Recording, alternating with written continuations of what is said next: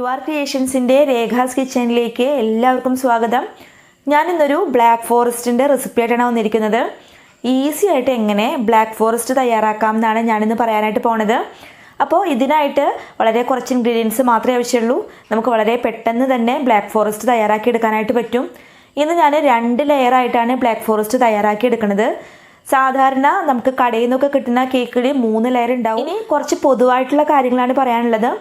Cake എങ്ങനെ തയ്യാറാക്കുകയാണെങ്കിലും പാത്രങ്ങൾ എടുക്കുന്ന സമയത്ത് അതിൽ വെള്ള നനവ് തീരെ ഉണ്ടാവാനായിട്ട് പാടില്ല. അത് എഗ്ഗ് ബീറ്റ് ചെയ്യുന്ന സമയത്താണെങ്കിലും കുഴപ്പമില്ല. അതെല്ലാം നമ്മൾ സീവ് ചെയ്തെടുക്കില്ലേ എല്ലാ പൊടികളും കൂടിയിട്ട്, ആ പാത്രമാണെങ്കിലും തീരെ വെള്ള നനവില്ലാത്ത പാത്രം എടുക്കുക. ഇലക്ട്രിക് ബീറ്ററിൻ്റെ ബ്ലേഡിൻ്റെ ഭാഗം നന്നായിട്ട് തുടച്ച് വെള്ള നനവൊന്നും ഇല്ലാതാക്കിയ ശേഷം മാത്രം ഉപയോഗിക്കുക. പിന്നെ ബേക്കിംഗ് സോഡയും ബേക്കിംഗ് പൗഡറും നല്ലതാണെന്ന് ഉറപ്പ് വരുത്തിയ ശേഷം മാത്രം ഉപയോഗിക്കുക. കുറച്ച് വിനാഗിരിയിലേക്ക് ഈ ബേക്കിംഗ് സോഡ അല്ലെങ്കിൽ ബേക്കിംഗ് പൗഡർ ഇട്ട് കൊടുത്താൽ പൊങ്ങി വരുന്നുണ്ടെങ്കിൽ അതിൻ്റെ അർത്ഥം കറക്റ്റ് നല്ല ബേക്കിംഗ് പൗഡർ ആണ് എന്നാണ്. അപ്പോൾ അതൊക്കെ ചെക്ക് ചെയ്ത് നോക്കിയിട്ട് കേക്ക് ഉണ്ടാക്കും. പിന്നെ ഓവർ മിക്സ് ആവാനായിട്ട് പാടില്ല. ഇതൊക്കെ ബേസിക് ആയിട്ടുള്ള കുറച്ച് കാര്യങ്ങളാണ്. ഇതൊക്കെ ശ്രദ്ധിച്ചിട്ട് കേക്ക് ഉണ്ടാക്കിയ അടിപൊളി ടേസ്റ്റിൽ കേക്ക് ഉണ്ടാക്കാനായിട്ട് പറ്റും. പിന്നെ നിങ്ങൾക്ക് ഈ വീഡിയോ ഇഷ്ടമായെങ്കിൽ എൻ്റെ ചാനൽ തീർച്ചയായിട്ടും ഒന്ന് സബ്സ്ക്രൈബ് ചെയ്യണം. കൂടാതെ തൊട്ടടുത്ത് കാണുന്ന ആ കുഞ്ഞ് ബെല്ലൈക്കണും കൂടി ഒന്ന് എനേബിൾ ചെയ്ത് കൊടുക്കണം. അപ്പോഴാണ് ഞാനിടുന്ന വീഡിയോസിൻ്റെ നോട്ടിഫിക്കേഷനൊക്കെ നിങ്ങൾക്ക് കറക്റ്റായിട്ട് കിട്ടുകയുള്ളൂ.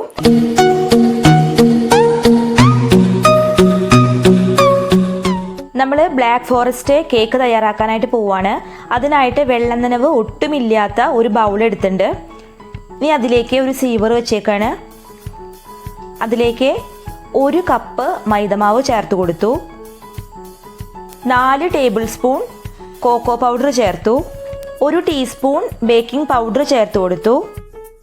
1 നുള്ള് ഉപ്പും കൂടിയും ചേർത്തതിന് ശേഷം നന്നായിട്ടൊന്ന് അരിച്ചെടുക്കാം. നമ്മളിപ്പോൾ 1 വട്ടാണ് അരിച്ചെടുത്തത്. ഇതുപോലെ ഒരു 2 പ്രാവശ്യം കൂടി അരിച്ചെടുക്കണം. എന്നാലേ നമ്മുടെ കേക്ക് നല്ല സോഫ്റ്റ് ആയിട്ട് കിട്ടുകയുള്ളൂ. അപ്പോൾ 2 വട്ടം കൂടി അരിച്ചെടുക്കാൻ നിങ്ങൾ മറക്കരുത്. ഡ്രൈ ഇൻഗ്രീഡിയൻസ് അരിച്ചെടുത്തത് ഒരു ഭാഗത്തേക്ക് മാറ്റി വെച്ചിട്ട് ഒരു വെള്ള നനവില്ലാത്ത പാത്രത്തിൽ 2 കോഴിമുട്ടയാണ് എടുത്തേക്കുന്നത്. അത് നമ്മുടെ ബീറ്റർ വെച്ചിട്ട് നന്നായിട്ടൊന്ന് പതപ്പിച്ചെടുക്കാം. മെഷറിംഗ് കപ്പ് കൊണ്ട് 1 കപ്പ് പൊടിച്ച പഞ്ചസാര ഈ ബീറ്റ് ചെയ്ത് വെച്ചിട്ടുള്ള എഗ്ഗിലേക്ക് കുറേശ്ശെയായിട്ട് ചേർത്ത് കൊടുക്കാം. മുഴുവനായിട്ട് ഒറ്റ ട്രിപ്പിൽ ചേർത്ത് കൊടുക്കാനായിട്ട് പാടില്ല. കുറേശ്ശെയായിട്ട് വേണം ചേർത്ത് കൊടുക്കാൻ. കാരണം ഇത് കറക്റ്റായിട്ട് ബ്ലെൻഡായിട്ട് കിട്ടാൻ വേണ്ടിയിട്ട് ഇങ്ങനെ കുറച്ച് ചേർക്കുന്നതാണ് നല്ലത്. പഞ്ചസാരയും എഗ്ഗും കൂടിയിട്ട് നന്നായിട്ട് ബ്ലെൻഡ് ചെയ്ത് കിട്ടിയിട്ടുണ്ട്.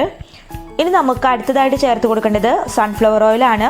സൺഫ്ലവർ ഓയിലിന് പകരം ബട്ടർ വേണമെങ്കിൽ നമുക്ക് യൂസ് ചെയ്യാം. ഞാനിവിടെ ഒരു 1/4 കപ്പ് സൺഫ്ലവർ ഓയിലാണ് ഉപയോഗിക്കുന്നത്. ഇത് ഈ മുട്ടയുടെ മിക്സിലേക്ക് ചേർത്ത് കൊടുക്കുകയാണ്. ഇനി ഇതും കൂടി നമ്മുടെ ബ്ലെൻഡർ വെച്ചിട്ട് ഒന്ന് മിക്സ് ചെയ്തെടുക്കാം. ഇനി അടിച്ചെടുത്ത മിക്സിലേക്ക് നമുക്ക് നേരത്തെ തയ്യാറാക്കി വെച്ചിട്ടുള്ള ഡ്രൈ ഇൻഗ്രീഡിയൻസ് ചേർത്ത് കൊടുക്കണം. അതും കുറച്ചായിട്ട് വേണം ചേർക്കാൻ വേണ്ടിയിട്ട്. അതല്ലെങ്കിൽ ഒക്കെ കൂടിയിട്ടിട്ടാൽ നമ്മുടെ മിക്സ് ആകെ കട്ട പിടിച്ചിട്ട് പോകും. അപ്പോൾ അതുകൊണ്ട് ആദ്യം പകുതി ഭാഗം ചേർത്തു നന്നായിട്ടൊന്ന് ഇളക്കി കൊടുക്കുക. അതിനുശേഷം ബാക്കിയുള്ള പകുതിയും കൂടി ചേർത്ത് കൊടുക്കുക. അങ്ങനെയാണ് ചെയ്യേണ്ടത്. മിക്സ് ചെയ്യുന്ന സമയത്ത് ഒരേ ഭാഗത്തേക്ക് ഒരേ ഡയറക്ഷനിൽ മാത്രം മിക്സ് ചെയ്യാനായിട്ട് ശ്രദ്ധിക്കുക. അതല്ലെങ്കിൽ അതിൻ്റെ ഇടയിൽ എയർ ബബിൾസ് കുടുങ്ങി പോകാനുള്ള ചാൻസ് ഉണ്ട്. പിന്നെ കുറച്ച് സ്റ്റിഫായിട്ട് തോന്നുകയാണെങ്കിൽ ആ സമയത്ത് നമുക്ക് തിളപ്പിച്ചാറിയിട്ടുള്ള പാല് ചേർത്ത് കൊടുക്കാം. അതിൻ്റെ അളവ് കറക്റ്റായിട്ട് പറയണില്ല. നമ്മൾ പാല് ചേർത്തിട്ട് ചെറുതായിട്ടൊന്ന് ലൂസാക്കി എടുത്താൽ മതി. ഒരുപാട് ലൂസാക്കി എടുക്കാനായിട്ട് പാടില്ല. കുറച്ചൊന്ന് ലൂസാക്കി എടുക്കാം. 1 ടേബിൾ സ്പൂൺ വിനാഗിരിയിൽ 1/4 ടീസ്പൂൺ ബേക്കിംഗ് സോഡ ചേർത്ത് ആ മിശ്രിതം നമ്മൾ തയ്യാറാക്കി വെച്ചിട്ടുള്ള കൂട്ടിലേക്ക് ചേർത്ത് ചെറുതായിട്ടൊന്ന് ഇളക്കിയെടുക്കാം. കേക്കിൻ്റെ മിക്സിങ്ങിലെ ലാസ്റ്റ് പ്രോസസ്സാണിത്. ഇത് ഏറ്റവും ലാസ്റ്റായിട്ട് ചെയ്യേണ്ടത് എന്തിനാണെന്ന് വെച്ചാൽ കേക്ക് നന്നായിട്ട് പൊന്തി കിട്ടാൻ വേണ്ടിയിട്ടാണ്. അപ്പോൾ അതെല്ലാവരും മനസ്സിൽ വെക്കുക. ലാസ്റ്റ് മാത്രം ബേക്കിംഗ് സോഡയും വിനാഗിരിയും ചേർത്തിട്ടുള്ള മിക്സ് ഇതിലേക്ക് ചേർത്ത് കൊടുക്കുക. കറക്റ്റായിട്ട് കിട്ടിയിട്ടുണ്ട്. വെള്ളം ഒരുപാട് കൂടിയിട്ടുമില്ല, അതല്ല ടൈറ്റായിട്ട് പോയിട്ടുമില്ല. ഇതുപോലെയാണ് നമ്മൾക്ക് കേക്കിൻ്റെ മിക്സ് കിട്ടേണ്ടത്. ഇനി നമുക്കിത് ഒരു ടിന്നിലേക്ക് ഒഴിച്ചു കൊടുക്കാം.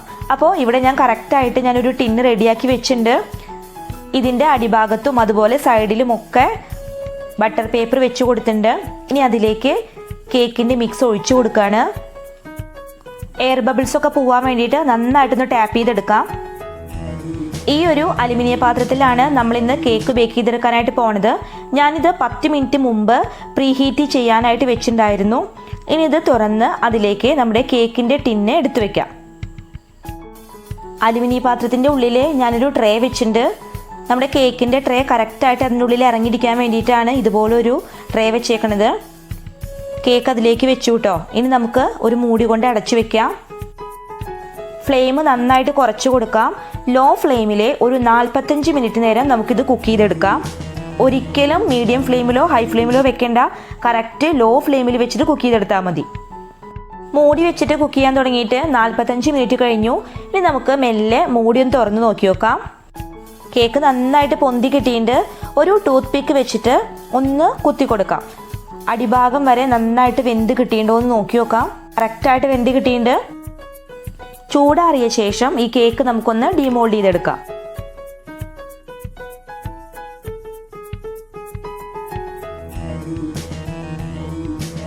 കേക്ക് കറക്റ്റായിട്ട് കിട്ടിയിട്ടുണ്ട്. ഇനി അടുത്തതായിട്ട് ഇത് ലെയറായിട്ട് കട്ട് ചെയ്യാണ്. ഇന്ന് ഞാൻ ഒരു നൈഫ് വെച്ചിട്ടാണ് കട്ട് ചെയ്യണത്. സാധാരണ ത്രെഡ് വെച്ചിട്ടാണ് കട്ട് ചെയ്യാറ്. അപ്പോൾ അതിൻ്റെ വീഡിയോ നിങ്ങൾക്ക് ആവശ്യമുണ്ടെങ്കിൽ പെട്ടെന്ന് എളുപ്പത്തിൽ കട്ട് ചെയ്യാൻ പറ്റുന്ന തരത്തിലുള്ള ത്രെഡ് വെച്ചിട്ടുള്ള കട്ടിങ്ങിൻ്റെ വീഡിയോ ഇതിന് മുമ്പുള്ള കേക്കിൻ്റെ കട്ടിങ്ങിലൊക്കെ ഉണ്ട്. അപ്പോൾ അതിൻ്റെ ലിങ്കൊക്കെ ഞാൻ ഡിസ്ക്രിപ്ഷൻ ബോക്സിൽ കൊടുക്കാം. അത് നിങ്ങളൊന്ന് കണ്ടു നോക്കിയാൽ മതി.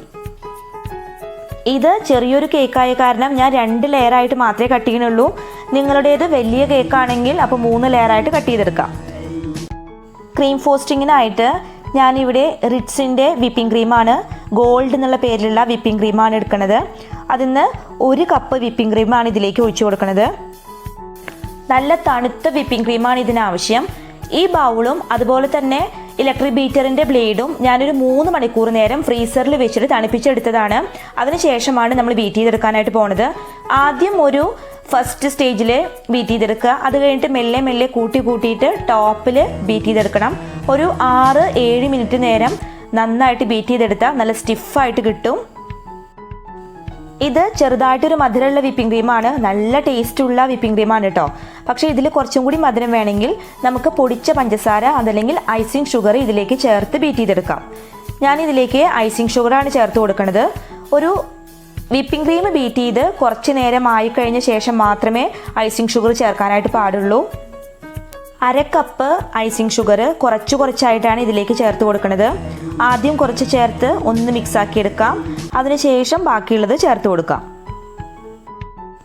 വിപ്പിംഗ് ക്രീം നല്ല സ്റ്റിഫായിട്ട് കിട്ടിയിട്ടുണ്ട്. ഈ പാത്രം ഒന്ന് കമത്തി നോക്കി നോക്കുക. അപ്പോൾ അതുപോലെ സ്റ്റിഫായിട്ട് നിന്നാൽ അത് കറക്റ്റ് ആയിട്ടെന്നാണ് അതിൻ്റെ അർത്ഥം. അപ്പോൾ ഇതുപോലെ നിങ്ങൾ ചെയ്ത് നോക്കി നോക്കുക. കറക്റ്റായിട്ട് സ്റ്റിഫായിട്ട് കിട്ടിയിട്ടുണ്ട്. ഇനി നമുക്കിത് കേക്കിൽ ഒന്ന് ഡെക്കറേറ്റ് ചെയ്യാം. ആദ്യമായിട്ട് കേക്കിൻ്റെ ട്രേയിൽ തന്നെ നമുക്ക് വിപ്പിംഗ് ക്രീം പരട്ടി കൊടുക്കാം. നടുഭാഗത്ത് പരട്ടി അതിൻ്റെ മുകളിലാണ് നമ്മളിനി കേക്കിൻ്റെ ലെയർ വെക്കുന്നത്. ഇത് കറക്റ്റായിട്ട് ഹോൾഡ് ചെയ്തിരിക്കാൻ വേണ്ടിയിട്ടാണ് ഇങ്ങനെ പരത്തി വെക്കുന്നത്. കേക്കിൻ്റെ ഫസ്റ്റ് ലെയർ എടുത്ത് ഇതിൻ്റെ മുകളിലേക്ക് വെച്ചു. കറക്റ്റ് സെൻറ്ററിലായിട്ട് വെക്കാനായിട്ട് ശ്രദ്ധിക്കുക. ഇതിൻ്റെ മുകളിലേക്ക് ഷുഗർ സിറപ്പ് ഒഴിച്ചു കൊടുക്കാം. പഞ്ചസാരയും വെള്ളവും കൂടിയിട്ട് കുറച്ചു നേരം തിളപ്പിച്ചെടുത്തതാണ് ഈ ഷുഗർ സിറപ്പ്. അത് ഒരു ബോട്ടിലാക്കിയിട്ട് ഈ കേക്കിൻ്റെ മുകളിൽ നന്നായിട്ട് സ്പ്രെഡ് ചെയ്ത് കൊടുക്കാം. നല്ല ജ്യൂസി ആയിട്ട് ഇരിക്കാൻ വേണ്ടിയിട്ടാണ് കേക്കിൻ്റെ മുകളിൽ നമ്മൾ ഷുഗർ സിറപ്പ് ചേർത്ത് കൊടുക്കുന്നത്. അത് കുറച്ച് കൂടുതൽ തന്നെ ആയിക്കോട്ടെ കേട്ടോ, അതിനൊട്ടും പിശുക്ക് കാണിക്കണ്ട. ഇതിൻ്റെ മുകളിൽ ക്രീം വെച്ച് നന്നായിട്ടൊന്ന് സ്പ്രെഡ് ചെയ്ത് കൊടുക്കാം.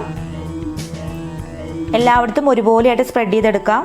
കറക്റ്റായിട്ട് ലെവലാക്കിയിട്ട് സ്പ്രെഡ് ചെയ്യാം. ഞാനിവിടെ 2 ലെയറുള്ള കേക്കാണ് ചെയ്യണത്. അതുകൊണ്ട് ഇനി 1 ലെയറും കൂടി മാത്രമേ നമുക്ക് വെക്കാനുള്ളൂ. നിങ്ങൾ 3 ലെയറുള്ള കേക്കാണ് ചെയ്യണതെങ്കിൽ അപ്പോൾ 1 ലെയറും കൂടി ഉണ്ടാവും. അപ്പോൾ ഇതുപോലെ ഒരു വട്ടം കൂടി നിങ്ങൾക്ക് ചെയ്യേണ്ടി വരും. ഇനി ഇതിൻ്റെ മുകളിൽ നമുക്ക് കുറച്ച് ചെറി വെച്ച് കൊടുക്കാം.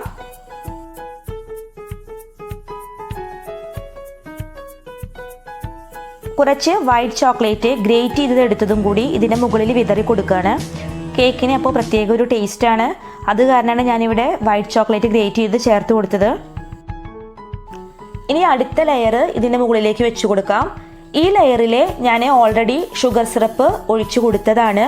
കാരണം ഇതിൻ്റെ മുകൾ ഭാഗം നല്ല സോഫ്റ്റ് ആയിട്ടാണ് ഇരിക്കുന്നത്. അപ്പോൾ ഷുഗർ സിറപ്പ് ഒഴിച്ചു കൊടുത്താൽ അങ്ങനെ അടിയിലേക്ക് ഒഴുകി പോരുകയാണ് ചെയ്യുക. അപ്പോൾ അതുകൊണ്ട് മുമ്പ് തന്നെ ഉൾഭാഗം മുഴുവനായിട്ടും ഷുഗർ സിറപ്പ് സ്പ്രെഡ് ചെയ്ത് കൊടുത്തതാണ്.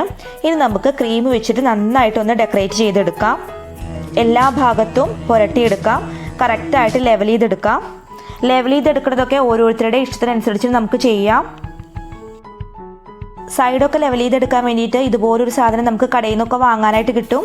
അത് വെച്ചിട്ട് ചെറുതായിട്ടൊന്ന് തിരിച്ചു കൊടുക്കുകയാണ്. കറക്റ്റായിട്ട് ലെവൽ ചെയ്ത് കൊടുക്കാൻ പറ്റും. എവിടെയെങ്കിലും പാച്ചസ് വരികയാണെങ്കിൽ അവിടെ കുറച്ചും കൂടി വിപ്പിംഗ് ക്രീം തേച്ചിട്ട് കറക്റ്റായിട്ട് റെഡിയാക്കി എടുക്കാം.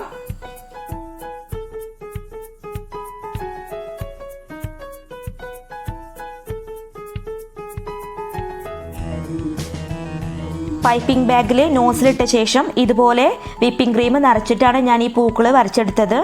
ഇനി ഈ പൂക്കളുടെ മുകളിൽ നമുക്ക് ചെറികൾ ഓരോന്നായിട്ട് വെച്ച് കൊടുക്കാം.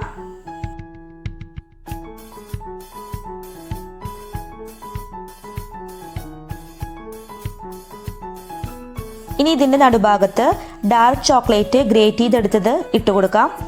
അപ്പോൾ ചിപ്സ് കിടക്കണ പോലെ നല്ല ക്ലിയറായിട്ട് നല്ല ഭംഗിയായിട്ട് കിടക്കും. അപ്പോൾ ഇത് ചോക്ലേറ്റ് ചിപ്സാണ് നിങ്ങളിൽ ഉള്ളതെങ്കിൽ അതുപോലെ ചേർത്താൽ മതി. ഞാനിന്ന് ഡാർക്ക് ചോക്ലേറ്റ് ഗ്രേറ്റ് ചെയ്തെടുത്തതാണ്. ഈ ഗ്രേറ്റ് ചെയ്തിട്ടുള്ള ഡാർക്ക് ചോക്ലേറ്റ് സൈഡ് ഭാഗത്തൊക്കെ വെച്ച് കൊടുക്കാം. എല്ലാ ഭാഗത്തും ആക്കി കൊടുത്തു. ഇനി ഈ കേക്കിൻ്റെ ടേബിളൊന്ന് വൃത്തിയാക്കി എടുക്കാൻ മാത്രമേ വേണ്ടൂ. അങ്ങനെ ഇന്ന് ഞാൻ വളരെ പെട്ടെന്ന് തന്നെ ഒരു ബ്ലാക്ക് ഫോറസ്റ്റ് കേക്ക്, അടിപൊളി ടേസ്റ്റുള്ള ഒരു ബ്ലാക്ക് ഫോറസ്റ്റ് കേക്ക് തയ്യാറാക്കിയിരിക്കുകയാണ്. നിങ്ങളെല്ലാവരും ഇതുപോലെ ട്രൈ ചെയ്ത് നോക്കി നോക്കണം. നിങ്ങൾക്ക് എന്തെങ്കിലും സംശയമുണ്ടെങ്കിൽ കമൻറ്റ് ബോക്സിൽ ചോദിക്കാവുന്നതാണ്.